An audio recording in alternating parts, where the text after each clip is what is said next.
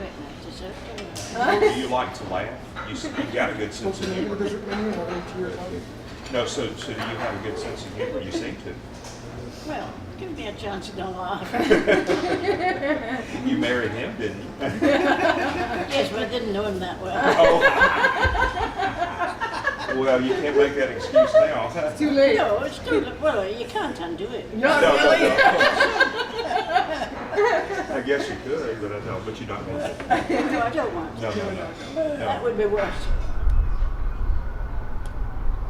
Rita and Jim Houston have shared their lives, raising their children, and building Regent College in Vancouver, British Columbia. A Christian theologian, Jim Houston became Regent's founding principal in 1970. Rita made it her business to extend her hospitality to all in need of a friendly smile and a good meal. Her lifelong gift of welcoming strangers springs from her own childhood. Now dealing with Alzheimer's, Rita's love of serving others continues to shine. And sitting down and saying, well, that went flat. Until we went back to our bedrooms to get dressed. It does seem that in our basal memory, there are elements from childhood that need to be sometimes elicited in old age. And one of the things that Rita always grew up with was that her mother was the soul of hospitality. And during the war, many young officers were brought for a Sunday lunch or for the weekend rest from their military duties. And so she grew up to imitate her mother with hospitality. And so today, what is most significant for Rita is always to keep asking me each day, and who are we going to invite for a meal? Who's going to come next? Well, we're limited in how much we can do ourselves, so we are now booking a place to have dinner every week with some couple that we share together. And it's on these occasions of hospitality where Rita really lights up and expresses herself.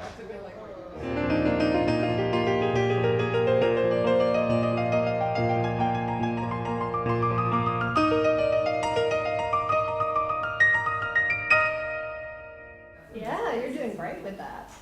People with Alzheimer's or other forms of memory loss have not gone away. They may be harder to find, but the good news is that the person you love never loses their personhood. The ways to reach them in the present are by tapping into their passions and connecting with them. This connection may be through hospitality, painting, singing, sports, cooking, poetry. The ways are as varied as there are humans. By touching a deep interest, you are building meaningful, personal relationships today. Find a little talk with Jesus makes it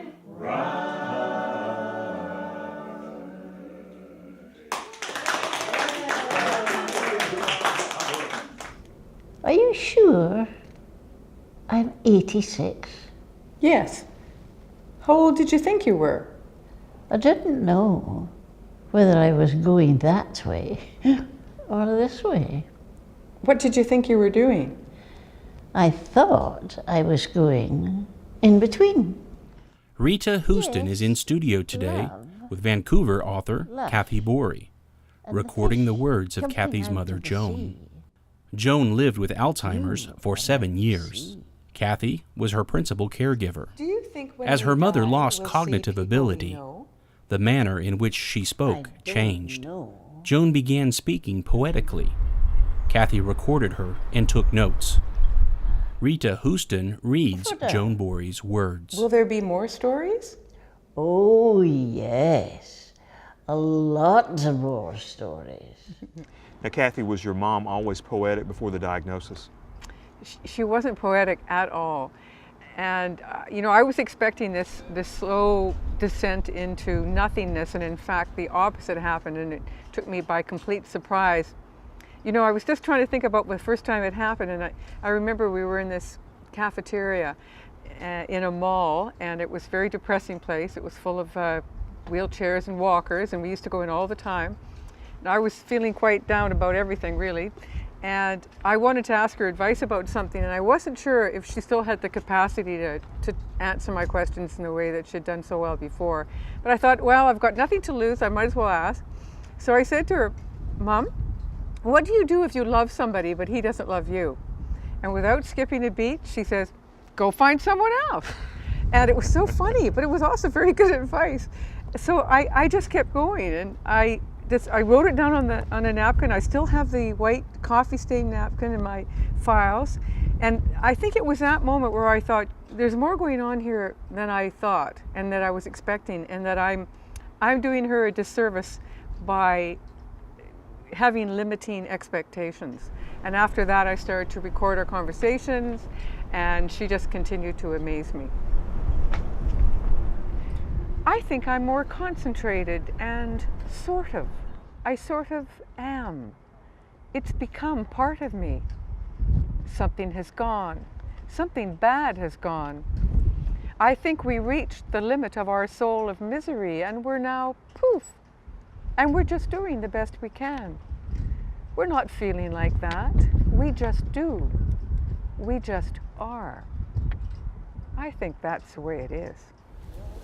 Sunshine, my only sunshine. You make me happy when skies are gray. You'll never know, dear, how much I love thee. Please don't take my sunshine away.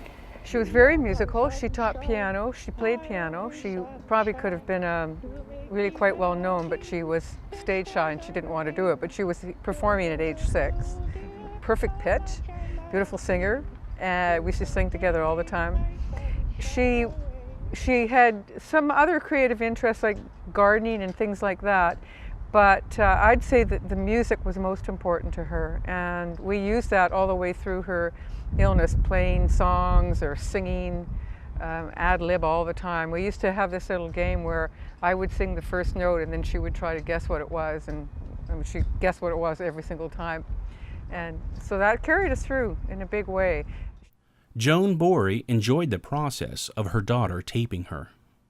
Well, I think one of the things that really made a difference to our times together, because I was with her all the time, and those hours, they're long days for both of us, was that when I decided I would start to tape her, she loved that. And I mean, who wouldn't love being taped? Because it means you're important and that what you say is worthwhile. So I'd get the tape recorder out and say, well, I'd like to tape you if that's all right. And she would just, sit up, and it gave her value. So that whole process and experience not only added quality to our days, but gave her a feeling of self-confidence that I think she would not have had otherwise. What people tend to do is ignore people who have Alzheimer's or put them in a corner in front of the TV, useless things, instead of listening and asking. Through a long season of reading, writing, and remembering, Kathy wrote the long hello for her mother. In the book, recently launched in New York City, Kathy shares her life journey memories with Joan Borey.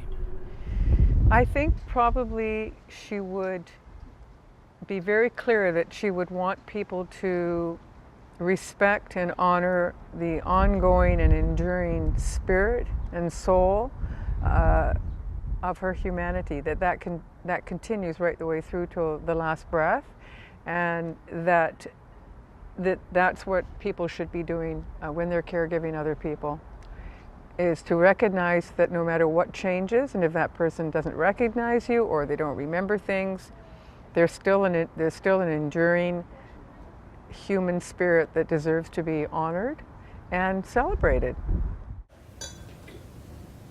Right. Are you in a good mood? Always in a good mood. Okay. Down the coast from Vancouver, near Eugene, Oregon, Man, validation therapy creator Naomi File is serving breakfast to her husband Ed. Ed and Naomi have been partners in life, raising their children and collaborating on videos featuring Naomi's validation therapy. Now living near their son, Ed Jr., Naomi tends to Ed Sr., who is in his early 90s. He has Alzheimer's. Naomi is his wife, his love, and his principal caregiver. Okay, well, let's figure out what we want to do today. Do you want to do painting? Did I bring any painting stuff with me? You did.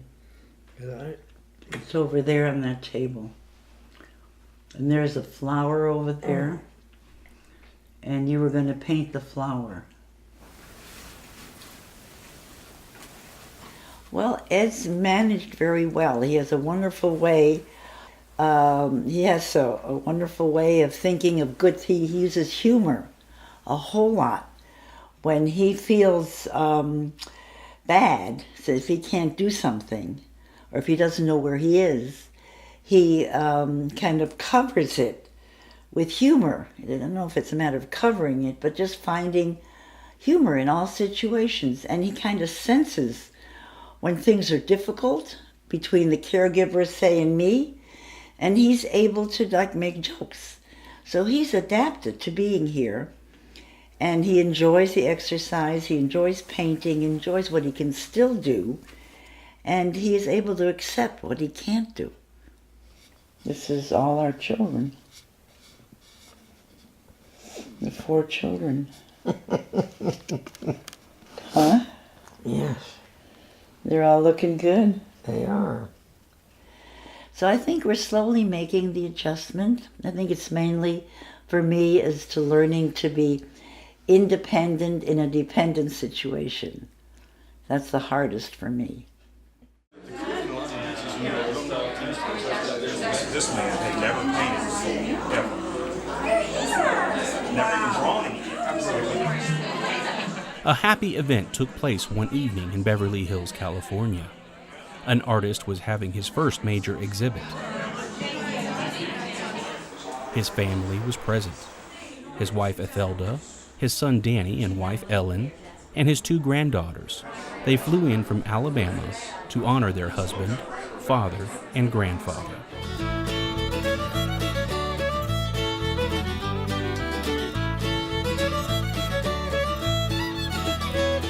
Lester Potts grew up working in a sawmill in rural Alabama, carving out a life for his family. He was a great father and an energetic helper in his community and in his church. Alzheimer's disease claimed his speech and his smile until a local center called Caring Days helped Lester find a new way to express himself. Now, Mother, we got Dad's original art right here. Yes. And what is that? Well, honey, that's the first one he brought home. The first one is the hummingbird. And he brought it in and showed it to me. And I said, oh, that's so pretty, honey. Who did that for you? And he said, I did it myself. Mm-hmm. And see, he wrote his name right there. And that is his little printing. And he was very proud of that. Oh, he was I guess, so proud of it. because up until that time we had no idea that he could do anything like this. Through my own father's artistic expression in the midst of Alzheimer's disease, I came to know that the human being, the person, the self, still persists despite this affliction.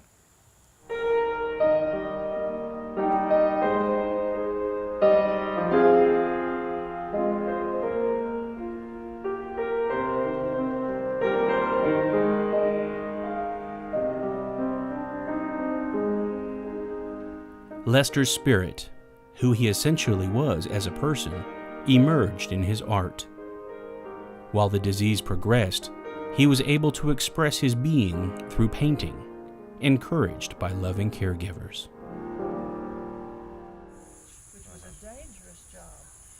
As neurologist Daniel Potts saw his father Lester respond to art therapy at Caring Days in Tuscaloosa, Alabama, his research and work as a neurologist showed him how people affected with Alzheimer's disease and other dementias were able to break through the haze of their condition and connect with their loved ones. And what happened was that Lester began to express the content of his heart through the art. And things came out that were very deeply buried inside Lester. Pictures from his childhood, saws, his father's hat, lace-up shoes, the old home place, fences, etc. He even painted wood rings over and over and over again, things that he had looked at as a child.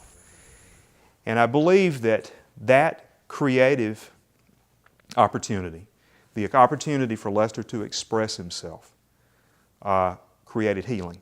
You see, Dad was going down a steep course, and he stabilized for about 1.5 to 2 years after the art, he began to create the art. And this delayed us having to place him in a facility, I think, for 2 years. So Lester was able to stay home that much longer. And not only that, he came home smiling. He came home proud.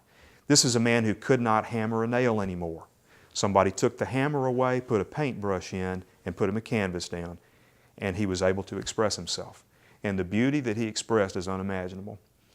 He painted for about 4.5 years, and he painted some incredible scenes. Lester got better. His behavior was better. His outlook was better. He quit crying. He smiled again, and it provided respite for my mother. The person, you see, was still there. The person of Lester Potts was still there. The emotional self of Lester Potts was still there. Could he speak in a full sentence? No. Could he remember what he had eaten that morning for breakfast? No. But was the core of his identity still intact? It absolutely was. And it expressed itself through art. Because the roadblock of his language, Alzheimer's had laid a roadblock, a curtain over his face. It had stopped the language from coming out. But it couldn't stop the content of his character from coming out, and that's what came out through the art. We have 4.5 years, over 100 watercolors that Lester created. Some of the last ones are some of the most incredible because they were truly expressions of his soul and the content of his character. What it takes is a connection to a theme or a deeply held passion. This place, it's just too crazy for me today. It wasn't crazy until you got here. It can be baseball, singing favorite songs, painting, poetry, cooking, family, a pet. This connection builds relationship. Whatever the hook is, it trumps cognitive thinking and leads to a fully lived and shared event. Pleasant present moments bring satisfaction to the person and create bonds between the caregiver and loved one. 1, 2, 3. There you go. I like it. Look at that. Do you have favorite songs that you like? Favorite melodies? No, I don't think so. Just I love music. I love the sound. But Crimond, I think, is one of your favorites. Well, that was because it was Father's too. Yes. I love that. I love that. So your father, he loved it. I couldn't tell you what it is, but I could have heard it. Is this Well, da, Lord, my da, shepherd. da, da, da, da, da, da, da. Is that it? I don't sing it. You sing better than me. No. I mean, you sing it. I was just thinking. I remember Cremona, the Lord's my shepherd. Same text. I don't have the voice my father had. Yes. In the same way that Kathy Borey noticed her mother Joan expressing herself more poetically with Alzheimer's, validation therapy creator Naomi Feil says that in the past, her husband Ed was more visual. He is changing. You swirl because you swirl the brushes. There's something very poetic that comes out of Ed. Like, I as long as I feel safe, he'll say things that are really very meaningful. And Ed was never poetic. He was always very visual and doing things with his hands. But now he's more thoughtful. And I really appreciate what he can do now more. I don't know, we're still exciting. You think so? Oh, sure. How? Every way. Every way? As his wife Rita lived with her Alzheimer's, as did he as her caregiver, Jim Houston pondered their future. It's bad when you ignore your instincts. I think the first thing that challenged me about it was, is this going to be the worst phase of our life or the best phase of our life? And I just felt prayerfully that it should be spiritually the most enriching phase of one's life. And I think I was able to enter into that because I had always had in the trajectory of my own thinking and my own life that primarily I was not having an identity as a professional, but I had an identity as being a person. And to be personal means that you are intrinsically relational. So that if you lose a function like the loss of memory or the loss of anything else in old age, that disability is not necessarily a spiritual liability, but rather it can be an asset for something that is more spiritual, even though it's less physical. And so that's how we entered into it. And so I said, my dear, this is going to be the best phase of our life.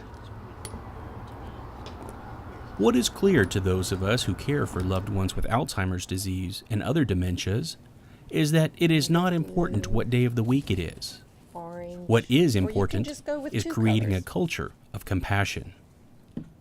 Creating relationship now. Okay, that's a good question. Finding a Right place now, we're just where dropping everyone color. feels safe. That's the first step. Don likes to know where he's going. I know this about you. I know. And this is requiring you to give up some control. One more time. One more. All the way around. Okay. And when you look at this, what would the title be? What would you call it? Pierced heart. Pierced heart. Validation therapy creator Naomi Feil, whose whole life has been spent caring for old people, is now old herself. She continues her validation therapy training sessions around the world. She deals with physical limitations imposed by her own aging. And she cares for her husband Ed, living life with Alzheimer's. Right? Okay, now you got it. Move in a little. People have heard of validation because it's been around so long, since 1963, and some of them have seen a film, or a lot of them have seen my workshops. But they really don't know validation because they haven't had training. And I think the interest isn't there here. Well, first of all, I think a lot of other people have taken the ideas because it started so long ago. Like person-centered care, for example, means you care about the person. Well, that's what validation is all about. And that started many, many years ago, say in 63. So a lot of people have taken the ideas of validation and are teaching it, but in a much simpler way, because it involves empathy and getting into the world of the old person. So if someone says, there's my mother, it's much easier to use what they teach now is redirection, diverting the person and then lying to them. They call it a therapeutic lie. And saying, oh, don't worry, sit down, and your mother will be right back. She's right around the corner. Here, let's play some music. And the person will sit down and play some music, and they'll feel better for a few minutes. But the next 2 minutes, where's my mother? Whereas the validation worker would get into the world of the person and say, you miss your mother. When did you last see her? It would pick up the emotion of the person. And that way the person will trust the validation worker and will say, well, and we'll talk about her mother and see her mother and be with her mother. And a few minutes later, and we have this on movie film, that same old lady will say, you know, my mother died a long time ago because she needed to express her feelings to her mother, with her mother. And once she trusted the worker, and once she expressed her feelings, she felt much better. So the goal is not that your mother's alive and your mother's dead with validation. The goal is to listen with empathy and reduce the anxiety of the person and let the person do it themselves. Whereas the goal of these other techniques are to redirect the person, to calm them down right away. And if they're crying, to have them stop crying and feel happy. Well, it's not a bad goal, but people can't just suddenly feel happy. Whereas if a person is crying, the validation worker will say, you're sad. You miss somebody. And the person will cry, and crying is healing. Whereas with the other techniques, they don't want people to cry. So the other techniques calm people down for a few minutes, but they're kind of superficial. Whereas the validation techniques help the person deal with whatever they're needing to deal with. It isn't curing the person, but it's just helping them express themselves so that they feel better. And then they can go have some tea or play music.